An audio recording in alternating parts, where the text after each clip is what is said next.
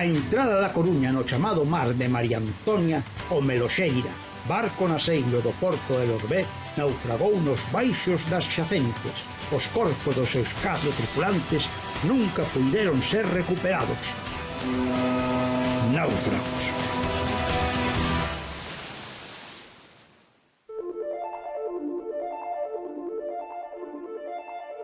A ilusión dele era ter familia. E foi conseguir a nena e trocou a vida. Eu se non teña nena vou con eles. Eu se non teña nena eu desaparecía tamén. Creo que mi madre es una persona muy fuerte. Yo creo que ha sabido llevarlo bastante bien. Como que no se ha echado para atrás en ningún momento y siempre ha salido adelante. Meu cuñado va pasar con moita gana de traballar e moita gana de subir e de tal. Entón, é triste cando ves que ten 30 anos e que se trunca a vida e de miña irmán tamén. Eran 4 mariñeiros moi novos, entre 25 e 31 anos. Cando o mar se leva a homes con tanta vida por diante, as preguntas multiplícanse, as incógnitas sobre como sería a vida que xa non vivirán, e as familias teñen moitos anos por diante para sentir a súa ausencia, pero tamén para aprender a seguir con eles sempre na memoria e no corazón. O poder da memoria contra o mar do esquecemento.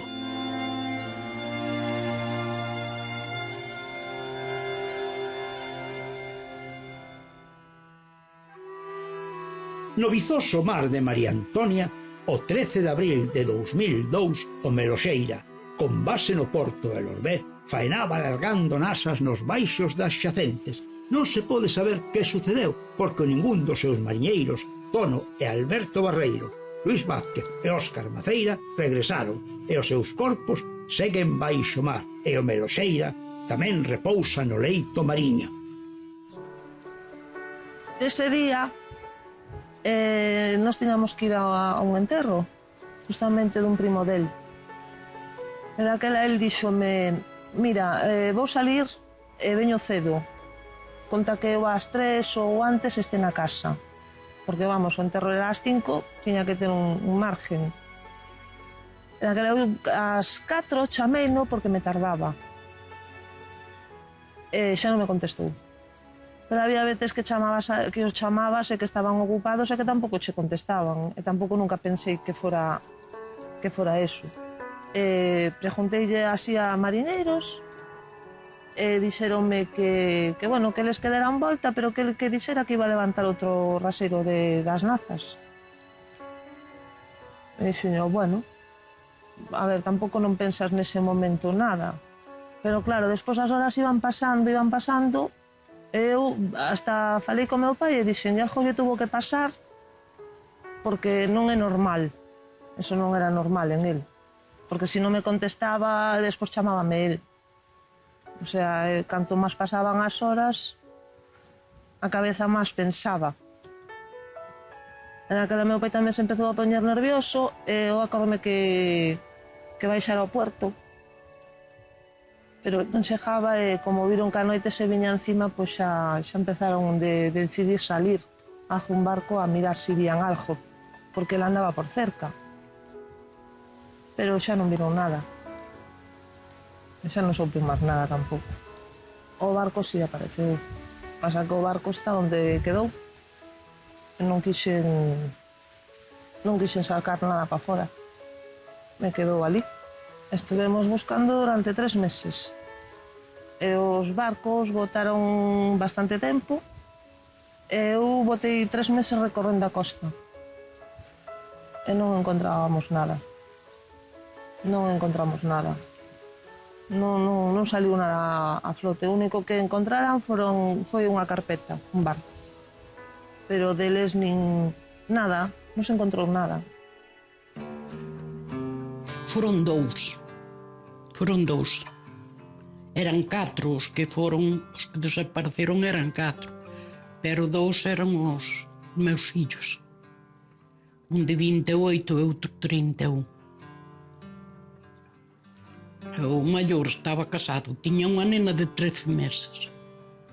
O día que desapareceron, enterrábase un primo meu que tamén morrera de accidente aí en Miño. Eles habían de vir para ir ao entierro. Eu sempre viñan, xa me extrañou que non viñera, eran as 4, eu puxen unha nota, Alberto, vou no entierro. Eu fui ao entierro. A xente miraba para min. Ai, argontra, tan guapa non son pa que... Eu así, pero nadie me dixo nada. Eu tiña que ir traballar, que traballaba aí nas gobernas. Tiña que ir traballar. Cheguei ao restaurante. Os do restaurante xa o sabía, pero non sabía como iba a decir. Eran as 11 e díxome, non había nadie a cenar, e díxome a filla dos jefes, Mercedes, vaite que ves non hai nadie. E cando me chego, saben onde los ve? A torre, aquela que hai á dereita baixando. Bueno, ali, ao ir para baixo, viña o meu xenro e a miña sobrinha. Pero onde te metiches, levamos toda a tarde chamándote? E xe, eu viño de traballar. É que eles non viñeron. A lancha desapareceu. Alejandra non puido guardar na súa memoria lembranzas do seu pai. Na súa memoria construese un relato que a súa nai lle foi transmitindo. Pouco máis dun ano tiña cando seu pai non regresou do mar, pero Alejandra e a súa nai, María, arroupáronse mutuamente para vencer a desolación. O tempo vai pasando, non tanto, 19 anos, é tempo detido na memoria de María, é tempo de incógnitas no corazón de Alejandra. Yo de pequeña era muy... Quería saber todo, ordenar todo y siempre estaba rebuscando cosas y tal por mi habitación. Y un día, no sé por qué, se me dio por abrir como un cajón y ahí pues había un periódico. Y justo en el periódico ponía la noticia de cuando había pasado eso. Bastante mal, o sea, no tengo un recuerdo, como es obvio, bonito, digamos, de ese momento, pero no sé, es que realmente, o sea, creo que aunque te lo cuenten o aunque te enteres, por ejemplo, como me enteré yo, creo que no es algo que guste o que, como es lógico, vaya, y que te va a chocar igual, aunque te lo cuenten o aunque te enteres de otra manera. Mi madre siempre estaba ahí y es como que... O sea, nunca sentí como que me faltase algo. Y además, como siempre estuve con mi familia, como... No sé, no tenía esa sensación. Pero, por ejemplo, en el colegio, esas cosas, pues sí que se notaba más el hecho de que, pues, por ejemplo, era la única de clase que estaba en esa situación o tal. Entonces, en esos casos sí que lo notaba bastante. Una persona como muy alegre, muy familiar, que le gustaba mucho estar con su familia y que... como unirlos, ¿sabes? De cosas o, por ejemplo, viajes o de cómo era su día a día, de eso sí que me ha hablado. De lo que no hablamos concretamente fue de lo que pasó. Quizás sí que me gustaría o me hubiese gustado, pero tampoco es algo que le pueda echar en cara porque entiendo que es una situación difícil y tampoco puedes obligar a la gente a que te diga algo pues que al igual no está preparado en ese momento. Creo que es algo muy, muy, muy duro, pero creo que mi madre es una persona muy fuerte y, o sea, dentro de lo que cabe, pues yo creo que ha sabido llevarlo bastante bien y pues, como que no se ha echado para atrás en ningún momento y siempre ha salido adelante, ¿sabes? Obviamente sempre contas que sacan a flote. Mas no, a ver, hai casos que salen a flote. Eu contaría que, a ver, eu contaba que algo que encontrara, polo menos os corpos que se encontraran, pero que non se encontraron, non saliron a flote. Non saliu nada a flote. Aumentache o sufrimento, aumentache a cabeza que che dá 1000 voltas, que pensas moito, en realidad húndete máis. Húndete máis. Húndete máis porque ti o que queres é que recuperar polo menos o corpo da persona.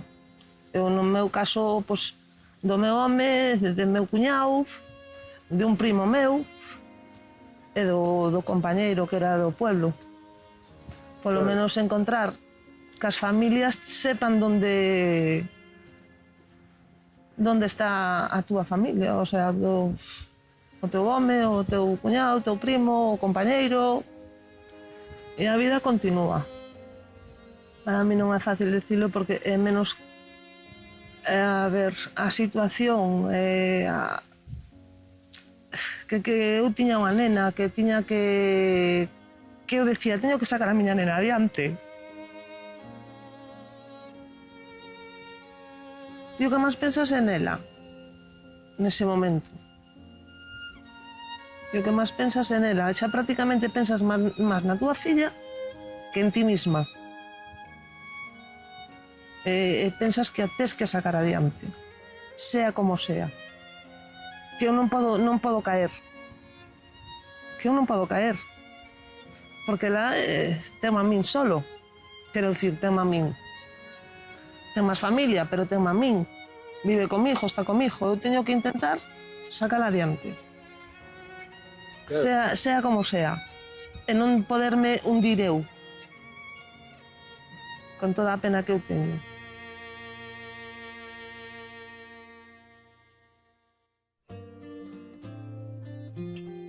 O mar que contempla Mercedes Barreiro non pode contarlle nada a ela.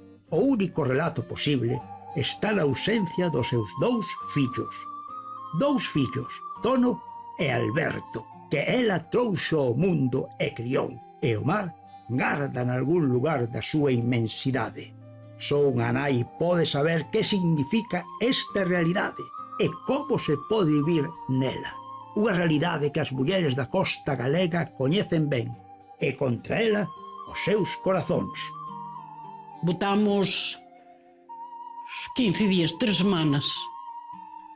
Fomos hasta as Rías Baixas, fomos hasta Palá de Ferrol, a xente, a outra miña filla, o meu xenro, as primas, todos. E nós íbamos para lá ao Faro, aquí a Mera, porque aí cerquiña foi onde se foi a lancha. Botei un mes indo ao Faro, pero non fixen nada. Botaron os barcos mirando e non quedaron un día, pero non apareceu. Porque eu, gostaríame que apareceran os meus. Non, pero calquera que aparecera dos 4 xa me valía, xa te conformabas, porque así non sabes nin donde están, porque se apareceran, pois enterrábalos. Se querías chorar, se querías levarlle flores, se querías facerlle unha misa, pero así estamos. Pensa un tantas cousas.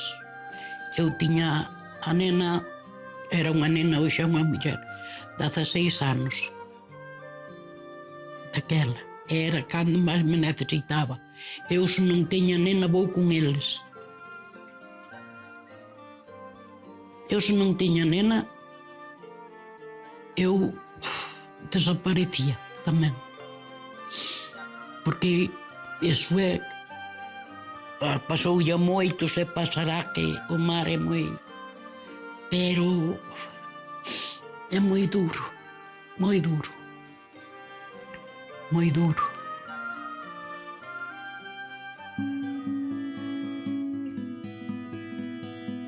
Meu cuñado era unha persoa que traballaba moito, normalmente tiña un horario distinto ao meu, chegaba máis tarde, eu estaba na Coruña. Estaba na Coruña un viernes, porque foi un viernes, xa estaba na Estrella Galicia, que me acordo. Chamou a miña irmán porque non daba localizado. Naquela época os móviles usábase, pero non é como agora que estabas pendiente do móvil, entonces ao non dar localizado foi cando nos chamou. Foi cando salimos ese día, salimos de aquí do puerto ese día, salimos nós e pois salimos barcos todos daqui, e xa anduvemos buscando, e xa non encontramos nada, nin señal, nin contestaba.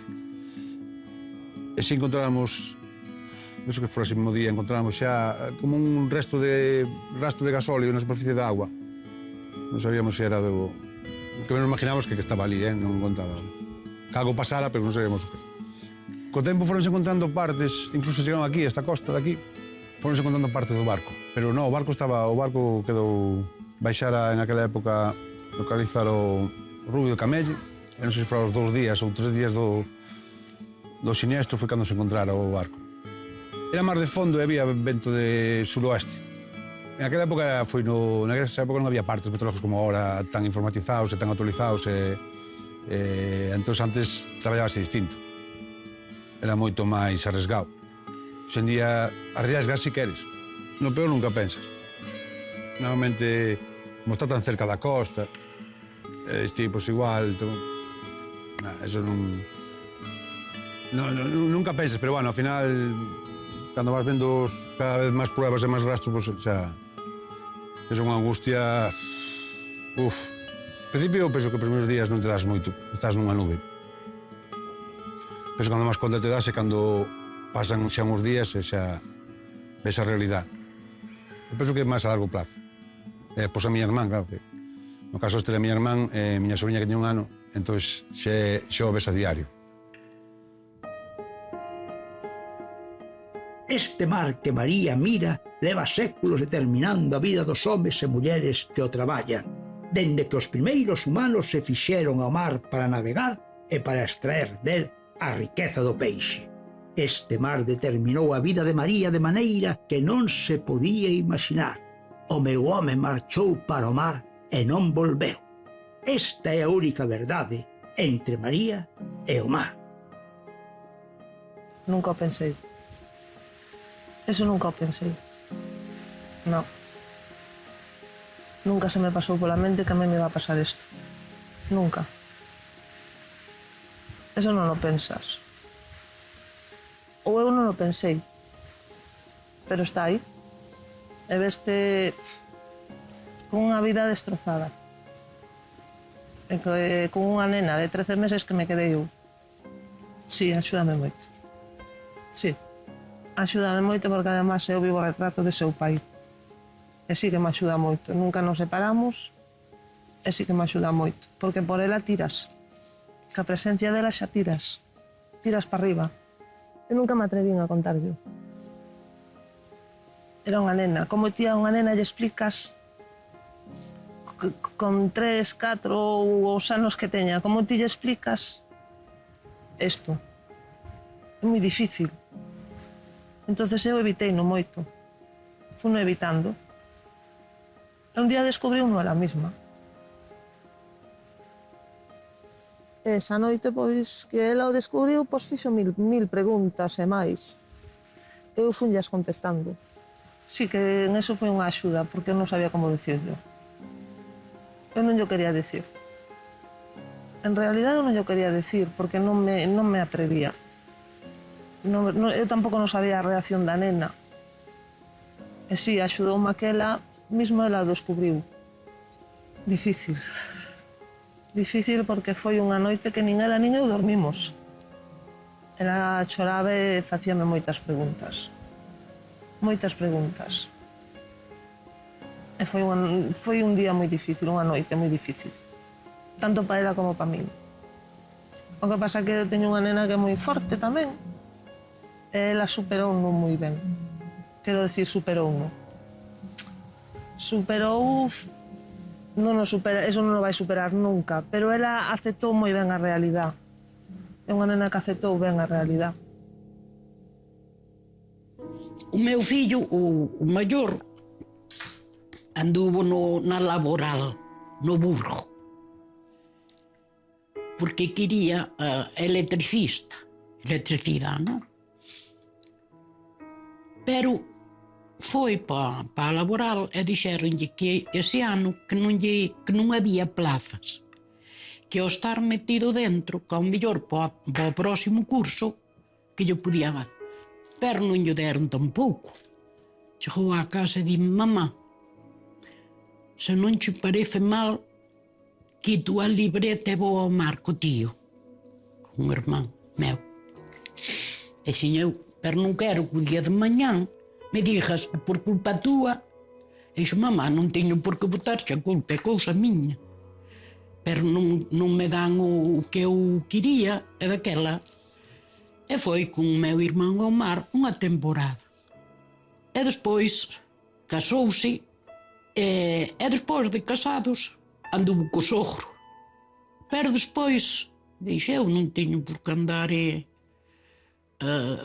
con nadie, ese traballo para min, e daquela vai, comprou unha lanchiña máis pequena, pero para 3 personas ou 4. Viñan comer cada 15 días, viñan comer á casa, porque vivían cerca. E dixolle a Alberto, se viñeras comigo ao mar, que me fai falta un home. E daquela foi con ele. E ao pouco tempo, e teño unha Virgen do Carmen, así grande, hasta a tapei, que é a patrona dos mariñeiros. Se ti eres a patrona, porque os deixaches marchar. Hasta, e despois dixen eu, uns días dixen eu, que culpa tes ti? Nenhuma. A paixón polo mar na mirada de Daniel Fernández, patrón de pesca do porto de Lorbé. El traballa no mar de María Antonia, un mar que vai dende as Illas Isargas ata o Cabo Prior, onde tantos cascos de barcos descansan no fondo mariño, e un deles é o do Meloxeira, onde desapareceu o seu cuñado Tono Barreiro. Como se pode seguir no mar despois dunha traxedia? Pódese, porque son mariñeiros. Criámonos xuntos, éramos veciños de toda a vida. Empezamos xuntos, bueno, un pouco máis ou menos a mediados dos 80 e ao final dos 80, pero aquí en Lorbé, en esa época, os chavales todos tiñamos esa ilusión de ir ao mar e tal, entón empezaba con moito. Despois, co tempo foi mozo de miña irmán, casouse, vivíamos xuntos, vivía un arriba e outro abaixo, pero bueno, a casa era a mesma. Compartimos estos 30 anos que miña irmán era moi xoven, tiña un ano e miña irmán quedaba moi desamparada. Pero me cuñaba a pasar con moita gana de traballar e moita gana de subir e de tal. Entón, é triste cando ves que ten 30 anos e que se trunca a vida, e de miña irmán tamén, que queda truncada. Entón, é cando máis é o que máis daño che vai quedar. Bueno, miña irmán quizá é unha persona moi forte. O que pasa é que interioriza moito máis. Non é unha persona que exteriorice moito. Exteriorice moito os sentimentos, nin que dea moito. Pero unha cosa que lle envidio a miña irmán era, por exemplo, que eso era a convivencia que tiña de parexa con o meu cuñado, que eran persoas moi unidas. Persoas que sabes ti dun principio que xa están feitas un para outro, que se compaginan tan ben que non te imaginas a vida un sin o outro. E miña irmán quizá foi o que máis o marcou. Ten unha parte moi boa del, ten a miña sobrinha, vai crecendo, parecese moito ao pai, mellor, pero bueno, eu penso que queda, que sempre lle vai quedar, porque sempre, igual non aflora tanto como ao principio, pero como unha persona que non exterioriza, pois tampouco sabes, pero a día de hoxe ainda, en momentos clave sempre cando máis te cosas. Eu ao meu home conocino con 13 anos. As posibilidades da vida tampouco non foron moi boas. El botouse ao mar con 14 ou 15 anos. Empezou andando con un tío, iba con un tío, despois xa empezou en barcos máis grandes. E despois anduvo unha temporada con meu pai, antes de casarnos, porque nos casamos moi novos. A verdade, casámonos con 19 anos. Despois el sempre me decía que el que quería progresar, que el que quería ter o seu barco. Eu sempre lle vin un pouco para atrás, porque a min o mar non me... Son filla de mariñeiro, pero non era unha cousa que a min me gustara moito. Pero era un pouco que tiña que ser. O que el quería tiña que ser. E, bueno, empezamos a mirar, el quería comprar un barco, empezamos a mirar, e comprou o seu barco. E dai, pues ben, hasta que pasou. Eso nunca vai cambiar, eso sempre va a estar aquí. Eso nunca vai cambiar. A sensación... A ver, ti fas vida, porque a tes que facer, pero eso sempre o tes aí. Eso sempre o tes aí. Non é unha cousa que se che vai a marchar nunca. Acórdome con alegría porque era unha persona moi alegre. E acórdome das cousas bonitas, das cousas boas que vivimos. Deso sempre me acordarei. O día que naceu a miña filla. Ese día foi especial. É un día que eu teño grabado e que o gravarei sempre.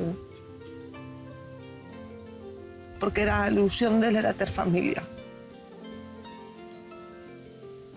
E foi conseguir a nena. E truncouse a vida.